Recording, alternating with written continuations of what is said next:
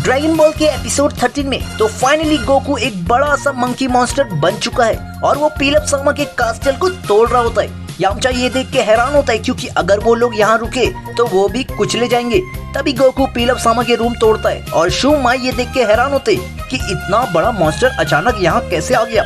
माई पीलप सामा को उठाती है और पीलप भी देख के हैरान होता है। तभी गोकू उनके ऊपर हमला करने लगता है और वो लोग अपनी जान बचा के भागते। इधर यामचा, उलोंग और बुल्मा वहाँ से निकलने में कामयाब होती है और माई पीलप को लेके प्लेन में बैठती है, लेकिन प्लेन चालू ही नहीं हो रही होती। काफी मेहनत के बाद माई प्लेन को चालू करती है और वो लोग भी वहाँ से भागते हैं। इधर बुल्मा को चोट लगी है और वो चल नहीं पा रही है। यामचा भी बुल्मा की मदद नहीं कर पा रहा क्योंकि उसे लड़कियों से शर्म आती है। लेकिन जब यामचा देखता है कि अब कोई ऑप्शन नहीं बचा है तो यामचा बुल्मा को उठा के भागता है। इधर पीलप सामा के कास्टल को देख के पीलप सामा सोच रहा होता है कि मुझे उस मॉन्स्टर से लड़ना चाहिए और माई को ऑर्डर देता है कि प्लेन को उसकी ओर लो, हमें उस पे हमला करना है। और माई भी पीलप सामा की बात मान के हमला करने लगती है।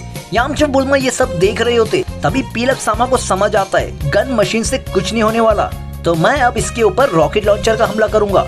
जैसे ही माई उस पे लॉन्चर से हमला करती है गोकू वहीं बेहोश हो जाता है। सभी को लगने लगता है कि गोकू अब मर चुका है। इधर पीलप सामा को भी लगता है कि गोकू अब मर चुका है और वो लोग उतर के गोकू के पास जाते हैं। पीलप सामा गोकू को इस तरह देख के कहता है, मेरी 10 साल की मेहनत इस मॉन्स्टर ने बर्बाद कर दी। और यही सब कह के पीलप सामा गोकू को चिल्ला रहा होता है। अभी हम नोटिस करते कि गोकू अभी भी जिंदा है और वो जैसे ही उठता है पीलप सामा वहाँ से बहुत जोर से भागता है। लेकिन अब गोकू बहुत गुस्से में है। वो एक बड़े से पिलर से पीलप के प्लेन पे मारता है और वो प्लेन जाके क्रैश हो जाता है। लेकिन किस्मत से ये सभी लोग बच जाते हैं और वो पत्थर बुल्मा के ऊपर भी गिरता है। अब बुल्मा भी फंस गई है और यामचा उस पत्थर को उठा नहीं पा रहा होता है। तभी गोकू यामचा की ओर बढ़ता है। यामचा पूरी ताकत लगा के वो पिलर को उठाता है और बुल्मा को भी लेके भागता है। लेकिन गलती से गोकू वहाँ आ जाता है और बुल्मा को पकड़ लेता है। अब गोकू को देख के ऐसा लग रहा है कि वो बुल्मा को खाने वाला है। तभी यामचा अपने वुल्फ फैंग फिस्ट के इस्तेमाल से एक तलवार बनाता है और गोकू की पूंछ पे वार करता है क्योंकि यामचा को ही पता है गोकू की एक ही वीकनेस है और वो है उसकी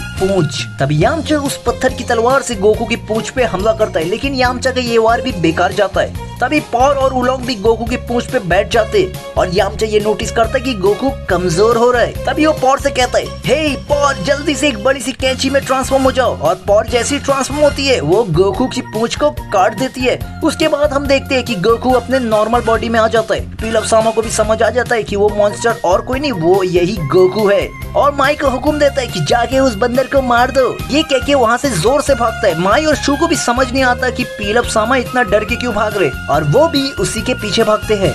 सुबह होने के बाद गोकू को होश आता है और उसको इतना नॉर्मल देख के सभी हैरान होते। तभी गोकू को एहसास होता है कि उसकी टेल गायब है और उसे बैलेंस बनाने में बहुत ज्यादा तकलीफ हो रही है। जिसपे यामचा बताता है कि तुम्हारी पूंछ कल कट गई थी। जिसपे गोकू पूछता है, ठीक है, लेकिन मेरा पावर बॉल किधर है? जिसपे यामचा बताता है कि उसी कास्टल में कहीं पड़ा होगा।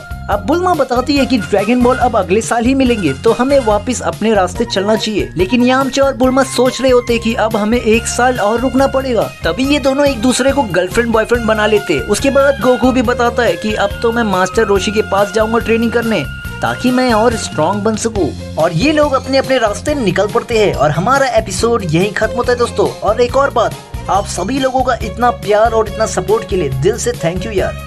एपिसोड 14 जल्दी आएगा।